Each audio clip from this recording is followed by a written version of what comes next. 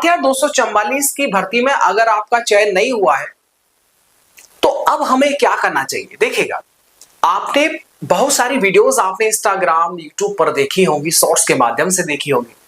उन सबको देखने के बाद में यार एक चीज तो समझ में आती है कि अगर हमारा नंबर 1 या 2 नंबर से या किसी भी कारणवश आपका अगर नंबर नहीं आया है तो इन सब वीडियोस फुटेज को देखने के बाद में यार ये लगता है अपने आप को कि यार हमसे गलती तो हुई है और बहुत बड़ी गलती हुई है। गलती तो हो गई है, ये बात आप भी मानते हैं और आपके परिवारजन भी इस चीज को फील करते कि पड़ोस में से नौकरी पर चले गए, एक नहीं दो दो चले गए, आप रह गए। आपने पूरा बहुत बेहतरीन स्कोर किया, 240 250 किया, लेकिन आप फिजिकल में रह गए। बहुत मेहनत करने के बाद में अगर ये होता है, बेसिकली देखिएगा, हमें असफलताओं से, फेल होने से हमें कोई ज्यादा टेंशन फर्क नहीं पड़ता, लेकिन हमारे जो बूढ़े माँ बाप है, जो हमारे भाई बहन है यार, उनका जब चेहरा हम देखते हैं तो उनके उदास चेहरे को देख करके जो दर्द और पीड़ा एक छात्र, एक भाई या फिर एक बहन के दिल में जो दर्द पीड़ा उठती है यार, उसको बयान नहीं किया जा सकता।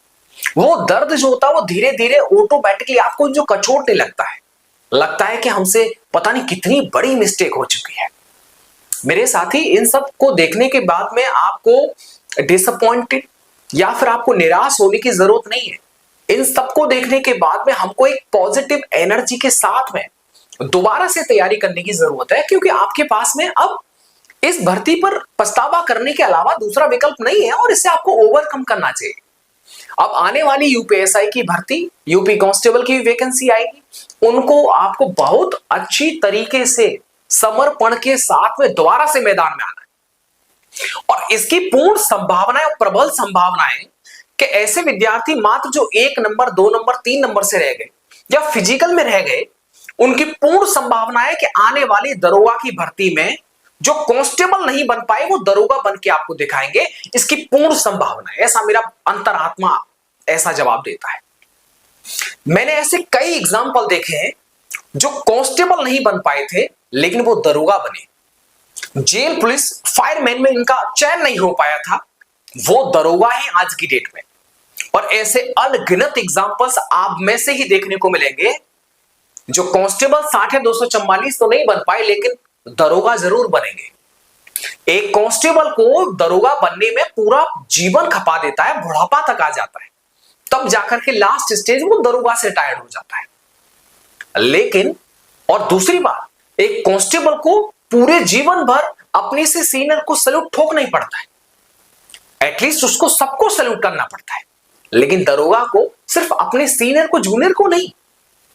तो ऐसे में मैं आपको, क्योंकि वो सिर्फ सैल्यूट लेता है, किसी को करता नहीं है, तो बस मैं आप सभी से ये कहूंगा कि आप सब पॉजिटिव एनर्जी के साथ में उम्मीद रखें, पूरा भरोसा रखें।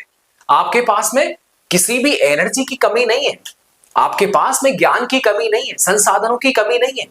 और इस भर्ती के अंदर जो जो विद्यार्थी चयनित होकर के आए, आप अगर उनकी जर्नी देखेंगे, सुनेंगे, तो आपको लगेगा कि यार हमारे पास में हमारे परिजनों ने तो बहुत कुछ सुख सुविधाएं हमें दे रखी हैं, यार इनके पास में तो वो सब भी नहीं था।